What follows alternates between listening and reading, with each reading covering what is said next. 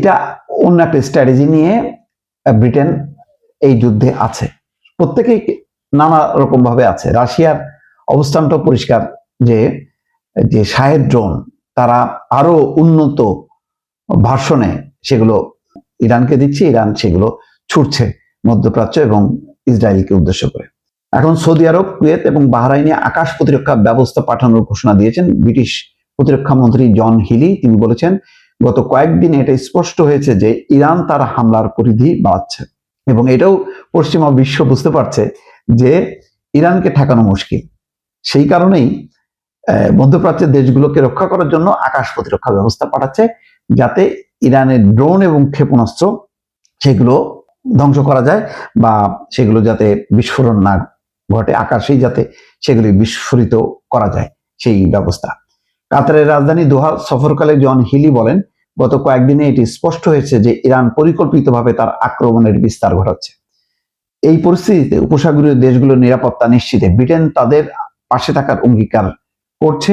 হিলি জানান, সৌদি আরব, কুয়েত এবং বাহরাইনের প্রতিরক্ষা ব্যবস্থা পাঠানোর পাশাপাশি কাতারে মোতায়েন করা ব্রিটিশ টাইফুন যুদ্ধ বিমানগুলোর কার্যক্রমও অব্যাহত থাকবে। কিন্তু ব্রিটেন কোনো সৈন্য পাঠাবে না, কোনো বিমান দিয়ে হামলা করবে না, এটা পরিষ্কার করেছে কিয়ার স্টারমার।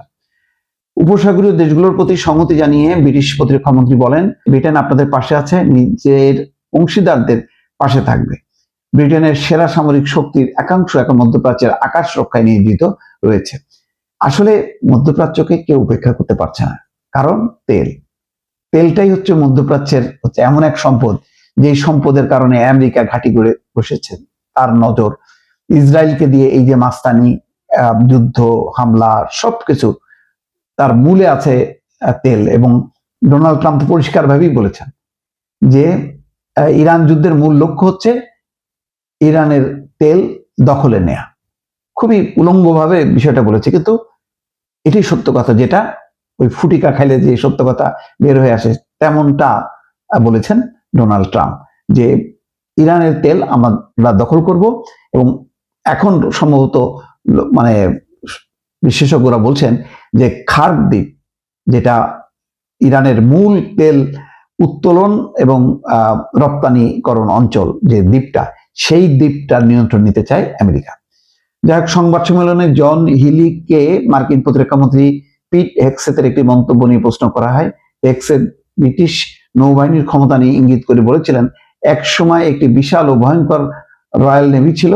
এর জবাবে হিলি কোনো বিতর্কে না দাঁড়িয়ে বলেন, যুক্তরাষ্ট্র আমাদের এক অনন্য এবং ঘনিষ্ঠ মিত্র, কোনো বিতর্কে যাচ্ছে না এবং তাদের প্রতি সম্মান রেখেই কথা বলছে। যতই ট্রাম্প অপমানমূলক কথা বলুক, তার পাশাপাশি ওই মার্কিন প্রতিরক্ষা মন্ত্রী, অন্যরা সবাই কটাক্ষ করছে মানে ট্রাম্পকে খুশি করার জন্য, কিন্তু এই ফাঁদে পশ্চিমা কোনো নেতা পা দিচ্ছে না। তারা যেটা বলছে খুব সরাসরি জবাব দিচ্ছে, কারোর সাথে বিরোধ না রেখে। বিশ্লেষকরা বলছেন, মধ্যপ্রাচ্যে ক্রমবর্ধমান উত্তেজনার মুখে নিজেদের মিত্রদের আশ্বস্ত করতেই যুক্তরাজ্য তড়িঘড়ি করে 3 দেশে আকাশ প্রতিরক্ষা ব্যবস্থা পাঠানোর ঘোষণা দিল। এর মাধ্যমে দেশটি এই অঞ্চলে তার প্রভাব এবং সক্রিয় উপস্থিতি বজায় রাখার বার্তা দিল। অর্থাৎ আরব দেশগুলোকে বোঝালো যে আমরা দূরে নেই, আমরা তোমাদের পাশে আছি, কিন্তু আমরা যুদ্ধ করব না, তোমাদেরকে রক্ষা করব নানা রকম সরঞ্জাম দিয়ে। দর্শক।